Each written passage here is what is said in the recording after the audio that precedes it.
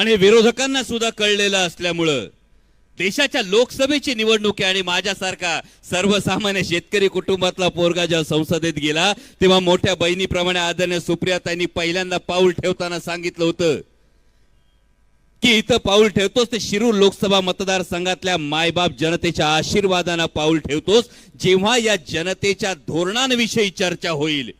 जेव्हा देशाच्या भवितव्याविषयी चर्चा होईल तेव्हा डोळ्यात तेल घालून जागा राहा, तेव्हा तुझा आवाज तुझ्या सर्वसामान्य लोकांच्या हक्कासाठी गरजला पाहिजे हे सुप्रियाताईंनी शिकवलं होतं. पण आता मात्र जेव्हा पराभव समोर दिसायला लागलाय तेव्हा महायुतीकडून देशाच्या धोरणांविषयी बोललं जात नाही, वैयक्तिक टीकांवर सुरुवात होती. आणि मग प्रश्न विचारले जातात, बाबा तुझ्या गावात किती निधी दिला, मला तर लय वेळा प्रश्न पडतो ग्रामपंचायतीची निवडणूक करायलो